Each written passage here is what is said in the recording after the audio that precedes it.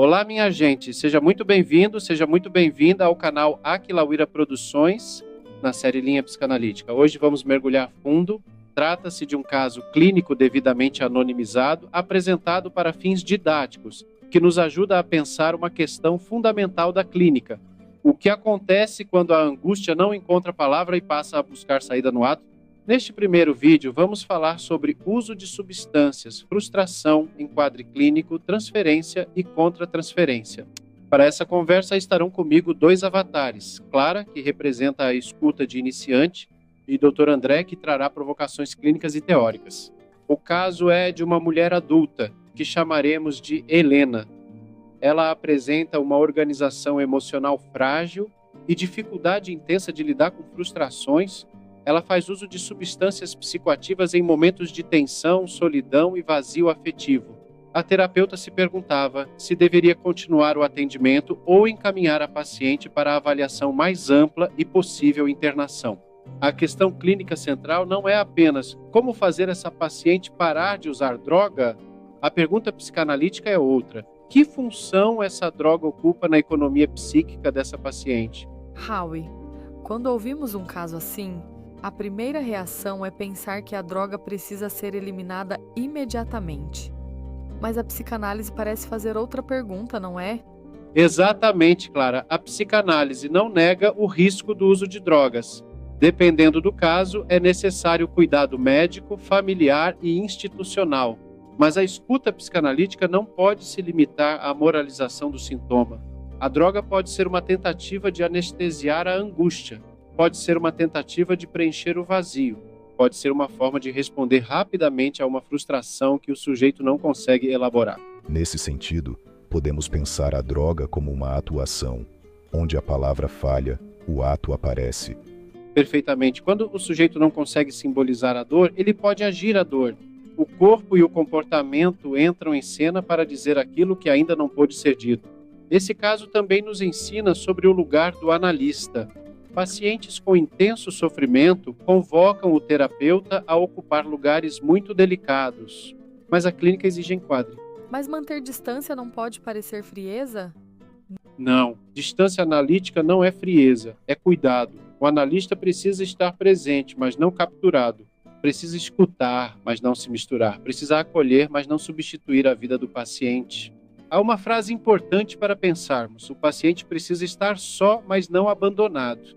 Só diante da própria verdade, mas acompanhado por uma escuta. E aqui entra a diferença entre família real e família psíquica.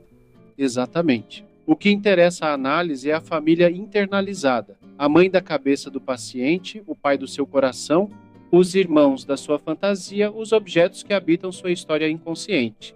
A família que interessa clinicamente não é apenas a que meu olho vê. É a que aparece no discurso, na repetição, no afeto e na transferência. E quando o terapeuta se envolve demais? Quando sente que precisa salvar aquela pessoa? Esse é um dos pontos mais importantes. O desejo de ajudar é necessário, mas o desejo de salvar pode ser perigoso. Quando o analista quer salvar, ele pode deixar de escutar, pode agir para aliviar a própria angústia, pode ultrapassar limites, pode se tornar indispensável. E quando o analista se torna indispensável, a análise corre risco. Então a contratransferência não deve ser negada, mas trabalhada. Sim, todo analista precisa reconhecer o que o paciente desperta nele. Compaixão, vaidade, nossa ferida ou necessidade de ser bom. A pergunta clínica é: estou cuidando do paciente ou estou tentando acalmar algo em mim? Numa leitura freudiana, podemos pensar a droga como uma atuação diante da impossibilidade de elaboração. O ego fragilizado não sustenta a frustração.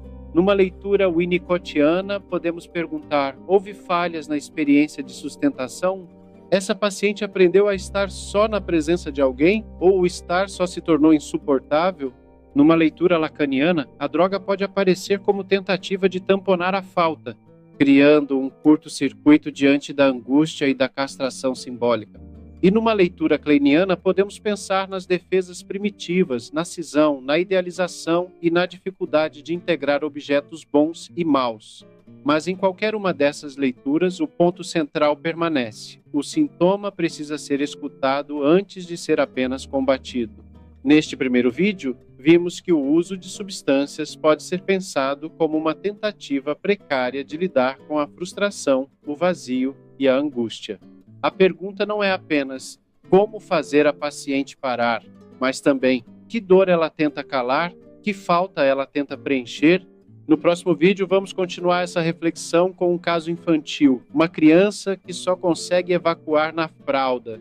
E veremos como a retenção do corpo pode revelar também uma retenção familiar, afetiva e inconsciente.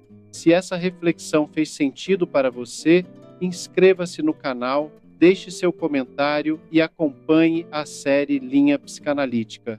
Até o próximo encontro. Um abraço fraterno e psicanalítico.